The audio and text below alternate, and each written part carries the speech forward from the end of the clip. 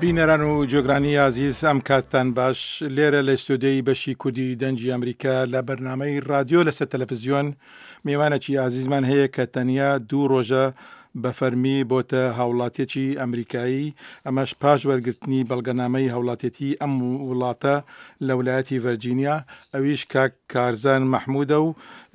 کاک کارزان لە پێشدا بەخێربێی بۆ ئستودیۆی بەشی کوردی دەنجی ئەمریکا. زۆر سپاس کاکارزان دیارە دەستگای ڕاگەاندنەکانی ئەم وڵاتە بە تایبەتیش ئەوانەی دەڤەری واشنگتن بایخەکی زۆریان بە هاوڵاتێتی بوونی یا هاوڵاتی بوونی تویان داوە و لەوێ ئامادەبوون لەو کاتی کە یاخود ئەو بەڵگەنامیان پێشکەش کردی دەکرێت باسی بکەی بۆ ئەو بایخیان بە تۆداوە زۆر کەسی کەش هەبوو ئەو بەڵگانی وەگرت و بەڵامەکو تۆ بایخیان پێنەدا. باڵەکە زۆر سپاس. بەڕاستی کە دیارە چەند ڕێگایەکێ بۆی کە بگەیت بە ناسنامەی ئەمریکا منیش کە کەیسەکان بینی و مقابلەیان کردم دیارە هەر هەمان فەرمانگەی کە ڕێگەزنامە ئەمریکیەکەت پێدەبەخشێ. بەڵێ ئەو کەیسە چی بکە بینیانوان من ساڵی 2002 مانگی 2/4/2002 لەلایەن تیرۆریستەکانەوە کاتە وەک پێشمەرگە و شۆفێرێک لای بەڕێز دکتۆر بەرهەم ساڵح کارم دەکرد ئەو بۆ هاتن هێرشان کردە سەرمان و بە خستی منیش یەکێکم لەو برینارانەوە ئەو بۆ هۆی شەیدبوونی 5 لە هاوڕێکانم و دیارە کاتمە ئێرە بۆ یەکەم جار ساڵی 2023 چەند نەشتەرگەرێکی زۆریان بۆ ئەنجامدام بەڵام بە شێوەیەکی کاتی ماڵەتیان نابووم کە لێرە بمێنمەوانێ گەڕامەوە و کە هاتمەوە بە هەمان نەشتەرگەریان بۆ کردم سەر لە نوێ مۆزوعەکە سەبارەت بەم کێشەی کەیسا لە عێراقا هەیە هەڵیان بژاردووە و ئیتیمامیکی زۆریان پێیان ڕاگەاندنەکان هاتن و بەڵێ بەر لەوەی زیاتر باسیەوە بکەین خۆت ئێستا هەست چییە کە پاش 5 ساڵ هاوڵاتێتی ئەمریکان پێبەخشیوی؟ هەستێکی خۆشمەیە بەڕاستی خۆشە تۆ ڕێگەزنامەی وڵاتی کەشت هەبێ و زۆر خۆشە بەڕاستی هەستێکی زۆر خۆشە. ئەلبەتە هەرچەندە حەز ناکەم ئەو ساتە بەبییر بێنەوە کە خۆشت ئاماژەت پێکرد بە داوای لێبردنەوە ئەگە بکرێت زیاتر باسی ڕووداوەکە بکەی و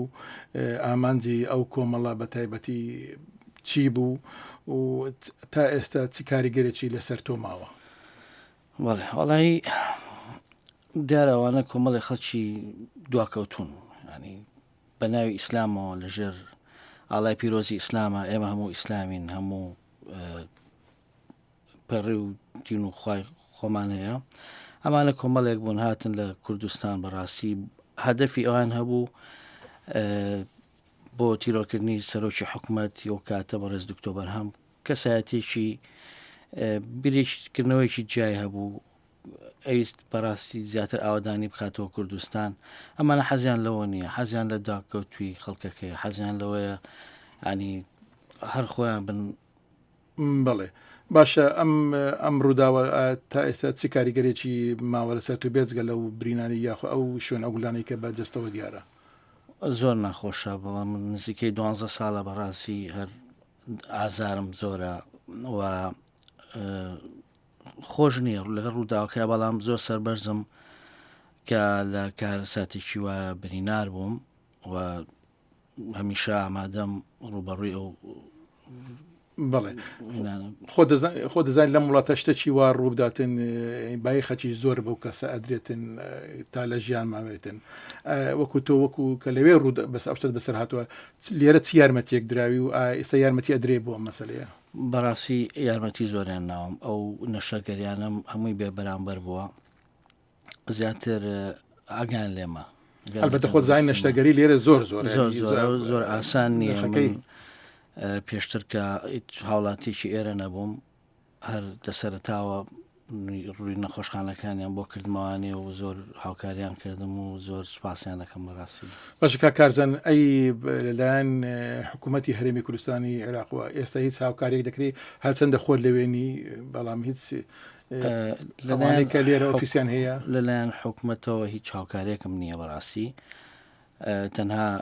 شخصی دکتۆر بەرهەم نەبێت. تەنها ئەو هاوکاری دەکاتن. بەڵێ ئەلبەتە کاکارزان حەز دەکەین ئێمە بە بەرنامەی تایبەت لەسەر ئەمە لەگەڵ تویا بکەین چەند ماوەیەکی کەم لێرە من قسە لەگەڵاکەین بەڵام دوا پرسیارم سەبارەت بەوەیە ئێستا کە ئەبێستی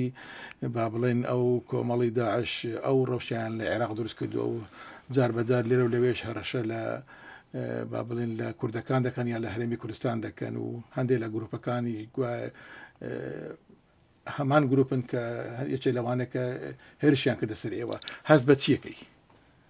بەڕاستی ئەو گروپە بدایەت سەرتا لە کوردستان بوون، ئەنی لە ناوچەی سلێمانی بوون. ئەوە بوو کە لە دوای ڕوخانی ڕژێمی سەدام توانین بڵێن ئەمریکا لە ناوی بردن پاچی کردنەوە و هەمان گروپ دیارە لەگەڵ هەندێک گروپی تیرۆریستی ترایەک چیان گرتە بوو، نایان دەتوانی زیاتر بێنەوانێ بەهۆی بوونی سوپای ئەمریکا لە عێراق و بە دوای گەڕانەوەی سوپای ئەمریکا لە عێراقیش هەوڵیان ئەیا زیاتر ئەوەی ئیمڕۆ ڕوویاوە لە عێراقا پێشتر پێشوەخت کاری بن، بەڵام وەزعی ناوخۆی سووریا تەخیری کرد و هەمان گروپن لەگەڵ بتوان بڵێم لەگەڵ عەشایرە سونەکانە و لەگەڵ کۆمەڵە بەحسی ڕوخانی سەدام یەکیان گرتووە و ناوێن ناو داعش و بەڵێ هەچەنەوتم دوا پرسیار ئەمەوە وەشلی بپرسم ئەبا زووتریش بپرسم ئەوەیە ئەو شوێنانەی کە بریندار بوو کوێ بوو چەند 23 فیشەکەم پێوە بوو بە هەردوو دەستم و بە حەوزم و بە سەرمەوانێ و ئێستا دەستەکان چەندە خۆم ببینیم بەڵام چۆن تا چەند کاریان پێەکەی ینی بەڵێ من توانایان